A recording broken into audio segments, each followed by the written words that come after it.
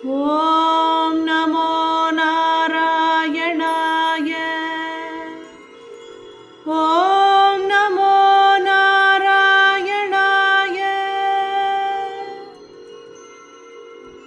सान्द्रानन्दावबोधात्मकमनुपमितं कालदेशावधिभ्यां निर्मुक्तं नित्यमुक्तं निगमशतसहस्रेण निर्भास्यमानम् अस्पष्टं दृष्टमात्रे पुनरुरुपुरुषार्थात्मकं ब्रह्मतत्त्वं तत्तावद्भाति साक्षात् गुरुपवनपुरे हन्तभाग्यं जनानाम्।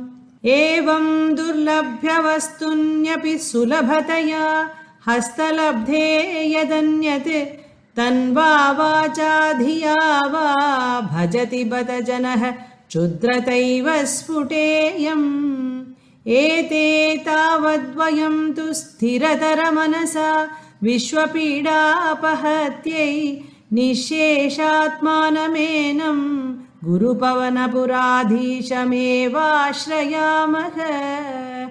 सत्वं यत्तत्पराभ्याम् अपरिकलनतो निर्मलं तेन तावत् भूतैर्भूतेन्द्रियैस्ते वपुरिति बहुशः श्रूयते व्यासवाक्यम्। तत्स्वच्छत्वाद्यदच्छादितपरसुखचिद्गर्भनिर्भासरूपं तस्मिन् धन्यारमन्ते श्रुतिमतिमधुरे सुग्रहे विग्रहे ते। निष्कम्पे नित्यपूर्णे निरवधि परमानन्दपीयूषरूपे निर्लीनानेकमुक्तावलिसुभगतमे निर्मलब्रह्मसिन्धौ।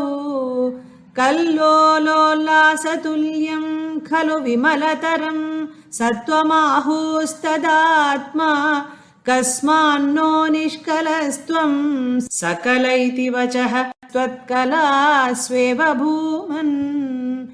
निर्व्यापारोऽपि निष्कारणमज भजसे यत्क्रियामीक्षणाख्यां तेनैवोदेति लीना प्रकृतिरसति कल्पापि कल्पादिकाले।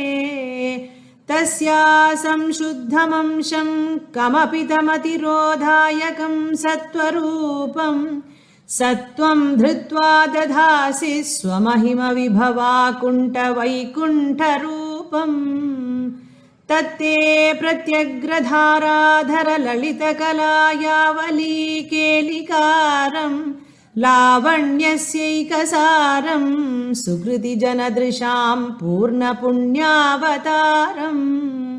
लक्ष्मीनिःशङ्कलीला निलयनममृतस्यन्दसन्दोहमन्तः सिञ्चत्सञ्चिन्तकानां वपुरनुकलये मारुतागारनाथ। कष्टाते सृष्टिचेष्टा बहुतर भवखेदावहा जीवभाजाम् इत्येवं पूर्वमालोचितमजितमया नैव मध्याभिजाने।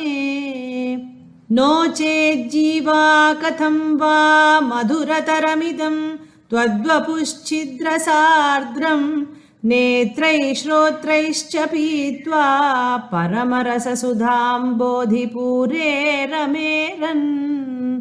नम्राणां सन्निधत्ते सततमपि पुरस्तैरनभ्यर्थितानपि अर्थान् कामानजस्रं वितरति परमानन्दसान्द्रां गतिं च।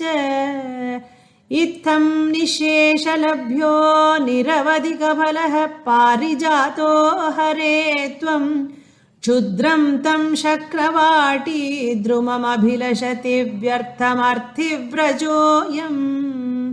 कारुण्यात् काममन्यं ददति खलु परे स्वात्मदस्त्वं विशेषात् ऐश्वर्यातीशतेऽन्ये जगति परजने स्वात्मनोऽपीश्वरस्त्वं।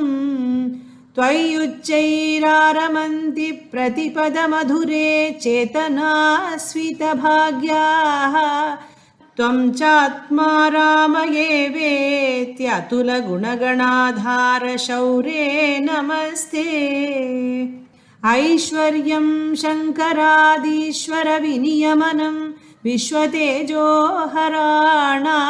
तेजस्संहारि वीर्यं विमलमपि यशो निःस्पृहैश्चोपगीतम् अङ्गासङ्गा सदा श्रीः अखिलविदसि न क्वापि ते सङ्गवार्ता तद्वातागारवासिन् मुरहर भगवच्छब्दमुख्याश्रयोऽसि। श्री